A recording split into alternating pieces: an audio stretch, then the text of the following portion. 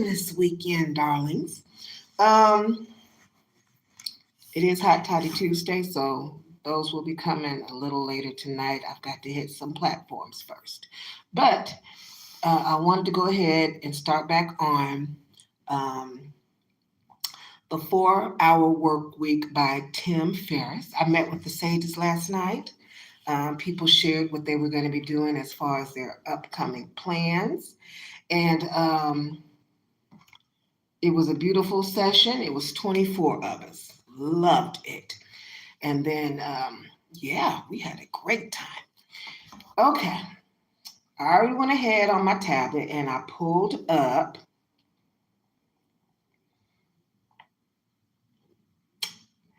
the 4 Hour Work Week for Chapter 6. Chapter 6 is the Low Information Diet, Cultivating Selective Ignorance.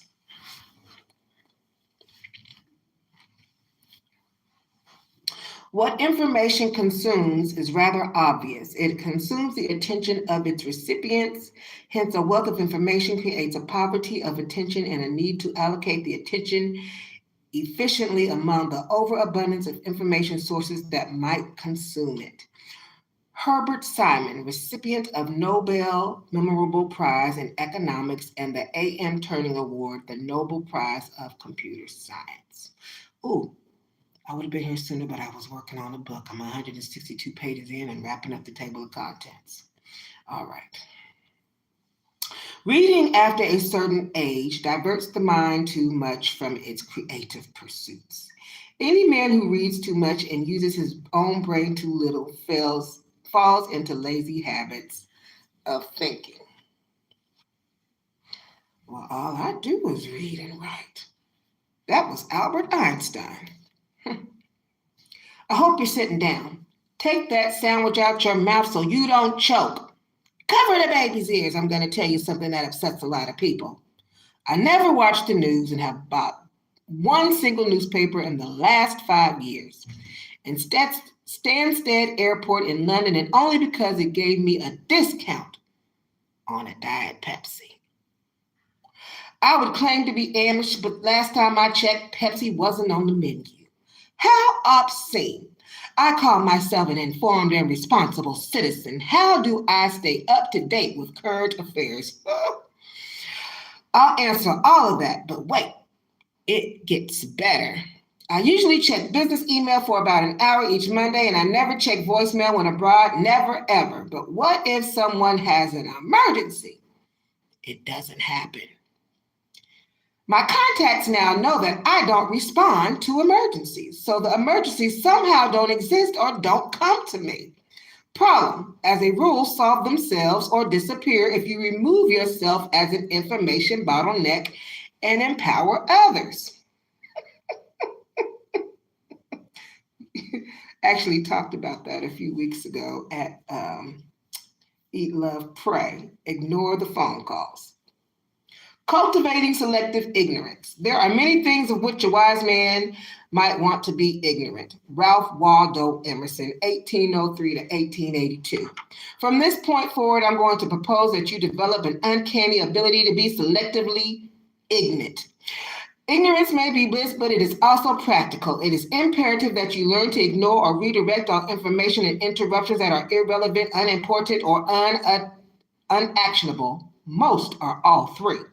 The first step is to develop and maintain a low information diet. Just as modern man consumes both too many calories and calories of no nutritional value, information workers eat data both in excess and from the wrong sources. Lifestyle design is based on massive action output. Increased output necessitates decreased input. Most information is time-consuming, negative, irrelevant to your goals, and outside of your influence. I challenge you to look at whatever you read or watch today and tell me that it wasn't at least two of the four. That would be correct. Euphoria, Kendrick Lamar, some other things. Yes. Okay. Correct. I read the front page headlines through the newspaper machines as I walk to lunch each day and nothing more. In 5 years, I haven't had a single problem due to this selective ignorance. It gives you something new to ask the rest of the population in lieu of small talk. Tell me what's new in your world. And if it's that important, you'll hear people talking about it. Using my crib notes approach to world affairs, I also retain more than someone who loses the forest for the trees in a sea of extraneous details. From an actionable information standpoint, I consume a maximum of 1/3 of one industry magazine, response magazine, and one business magazine per month for a grand total of approximately 4 hours. That's it for results-oriented reading. I read an hour of fiction prior to bed for relaxation. How on earth do I act responsibly? Let me give an example of how I and other new rich both consider and obtain information. I voted in the last presidential election despite having been in Berlin. I made my decision in a matter of hours. First, I sent emails to educated friends in the U.S. who share my values and asked them who they were voting for and why. Second, I judge people based on actions and not words. Thus, I asked friends in Berlin who had more perspective outside of the U.S. media propaganda how they judged the candidates based on their historical behavior. Last, I watched the presidential debates. That was it. I let other dependable people synthesize hundreds of hours of thousands of pages of media for me. It was like having dozens of personal information assistants, and I didn't have to pay them a single cent. That's simple. Example, you say, but what if you need to learn to do something your friends haven't done, like, say, sell a book to the world's largest publisher as a first time? I need to read this. Yes, I do. Funny you should ask. There are two approaches I used. I picked one book out of dozens based on reader reviews and the fact that the authors had actually done what I wanted to do. If the task is how to in nature, I only read accounts that are how I did it and autobiographical. No speculators or wannabes are worth the time. Using the book to generate intelligent and specific questions, I contacted 10 of the top authors and agents in the world via email and phone with a response rate of 80%.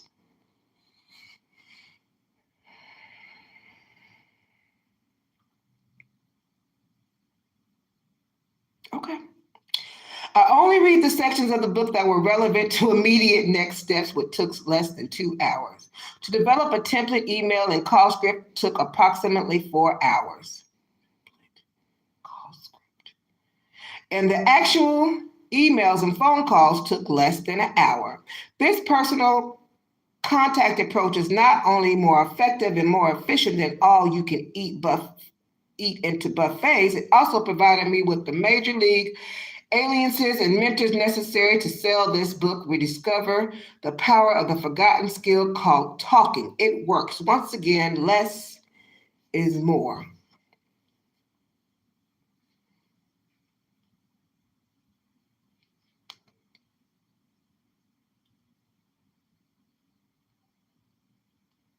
Oh, this is beautiful.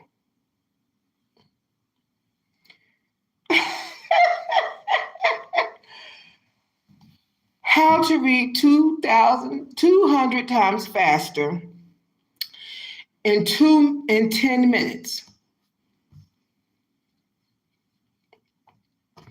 There will be times when it's true you will have to read. Here are 4 simple tips that will lessen the damage and increase your speed at least 200% in 10 minutes with no comprehension loss.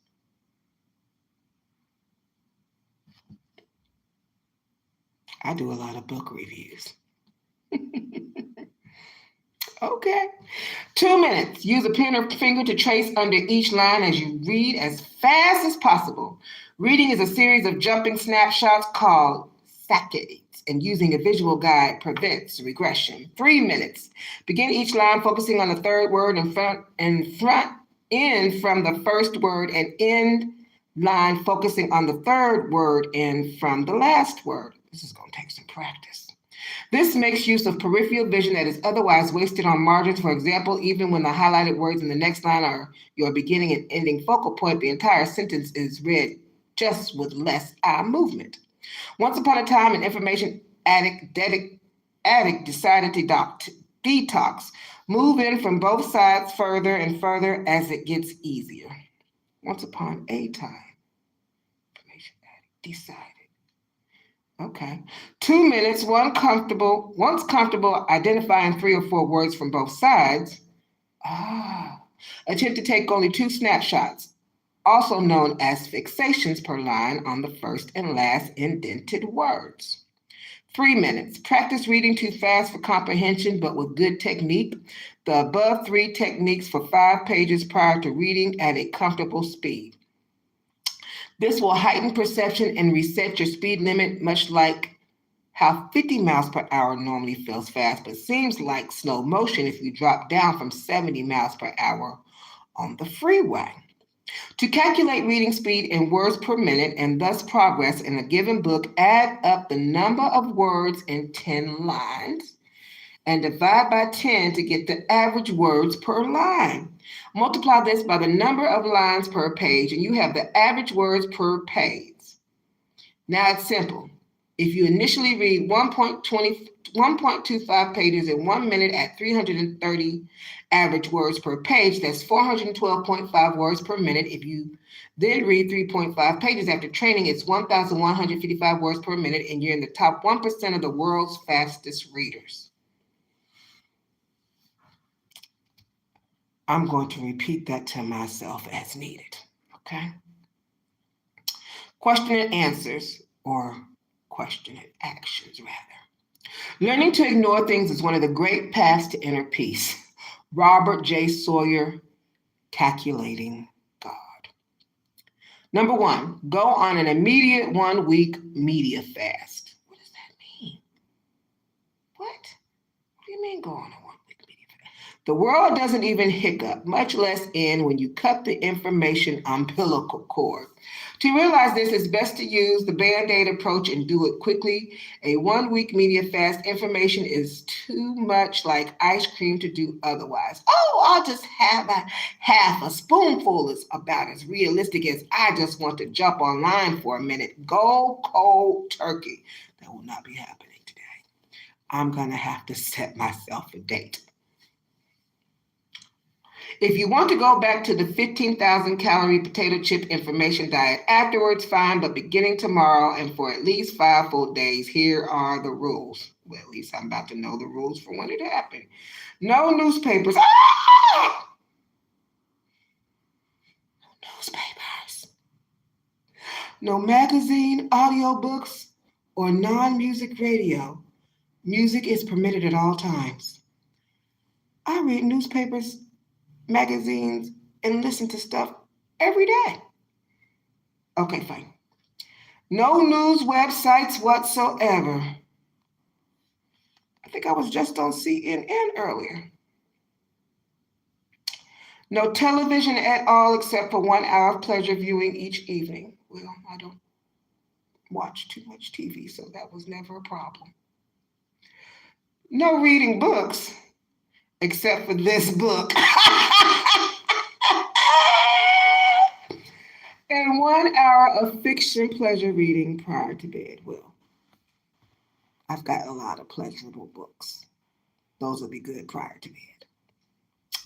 No web surfing at the desk unless it is necessary to complete a work task for that day. Oh, good. This will be considered part of my work. Necessary means necessary, not nice to have. Okay. I'm going to have to make some rules there, since mainly what I do is right. So I'll need to know where the fine line is. Unnecessary reading is public enemy number 1 during this 1-week fast. Public enemy number 1. What do you do with all the extra time? Replace the newspaper at breakfast with speaking to your spouse, bonding with your children, or learning the principles in this book. Between 9 to 5, complete your top priorities as per the last chapter. If you complete them with time to spare, do the exercises in this book. Recommending this book might seem hypocritical, but it's not.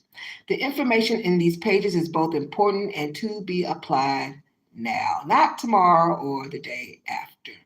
I'm in the middle of books. So, right. Each day at lunch break and no earlier, get your 5-minute news fix. Ask a well-informed colleague or a restaurant waiter. I don't have any of those. Anything important happening in the world today? I couldn't get the paper today. Stop this as soon as you realize the answer doesn't affect your actions at all. Most people won't even remember what they spent 1 to 2 hours absorbing that morning. Be strict with yourself. I can prescribe the medicine, but you need to take it.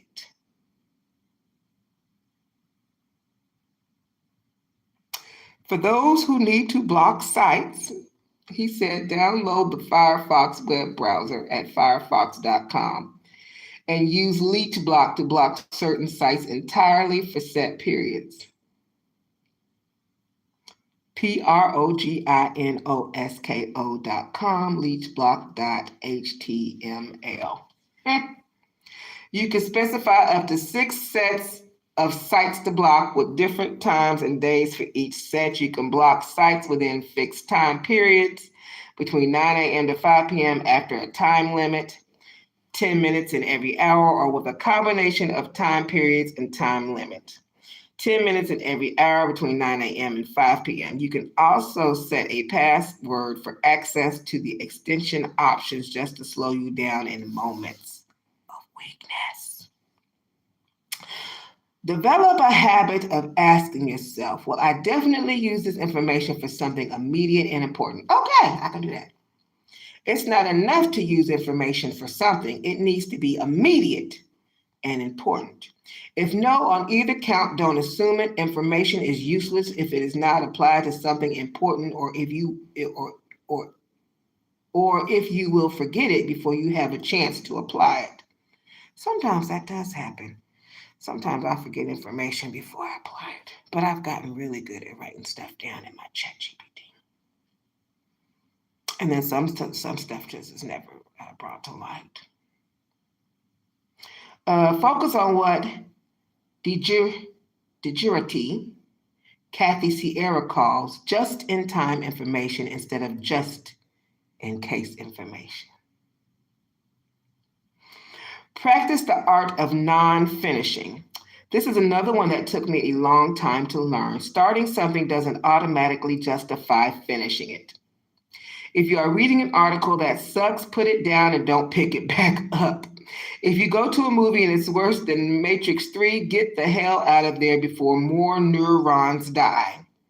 If you are full after half a plate of ribs, put the damn fork down and don't order dessert. More is not better, and stopping something is often 10 times better than finishing it. Develop the habit of non-finishing that which is... The library will be closing in 15 minutes.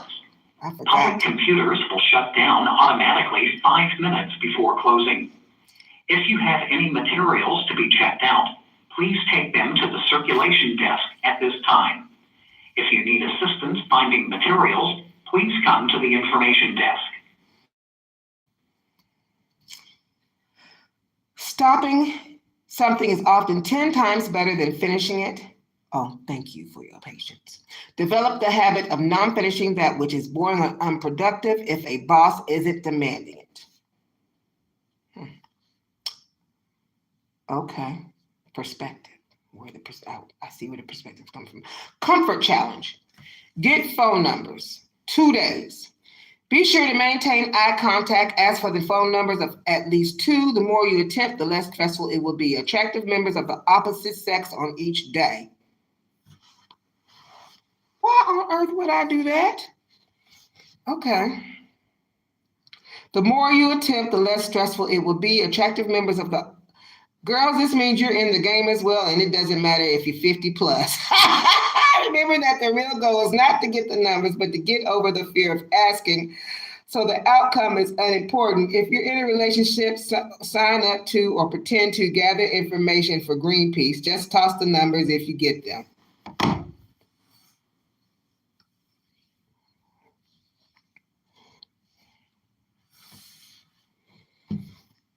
Go to a mall if you want to get some rapid fire practice. My preference for getting over the discomfort quickly and aim to ask 3 people in a row within 5 minutes. You know what? I don't have that problem. That whole talking with the opposites, taking their numbers and forget, I ain't got that problem at all. Not at all. So, let's see. Matter of fact, I'm avoiding numbers right now. Yeah, so I can get stuff done. Let's see.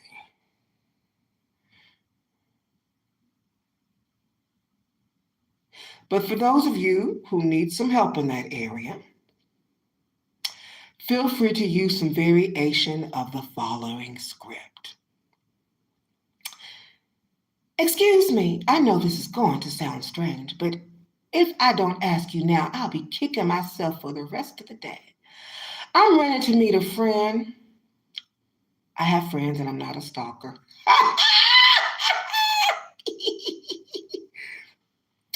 But I think you're really, oh my gosh, extremely drop dead gorgeous. Or cute. Or hot. Could I have your phone number? I'm having way too much fun. I'm not a psycho, I promise. You can give me a fake one if you're not interested.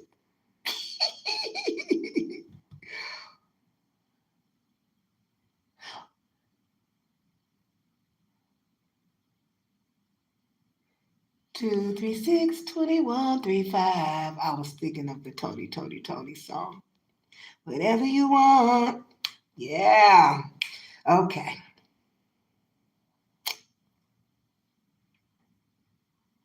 Let's see what's next. We're done with chapter 6. That was just delicious. I got a few minutes to spare, so I'm going to go to the little ladies' room. I thank you for tuning in. We'll be back with chapter 7 tomorrow. Yes, indeed. And I hope you enjoyed. And if you did, smash the like button.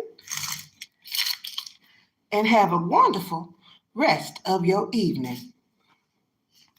Have fun with some of the practices we just went through.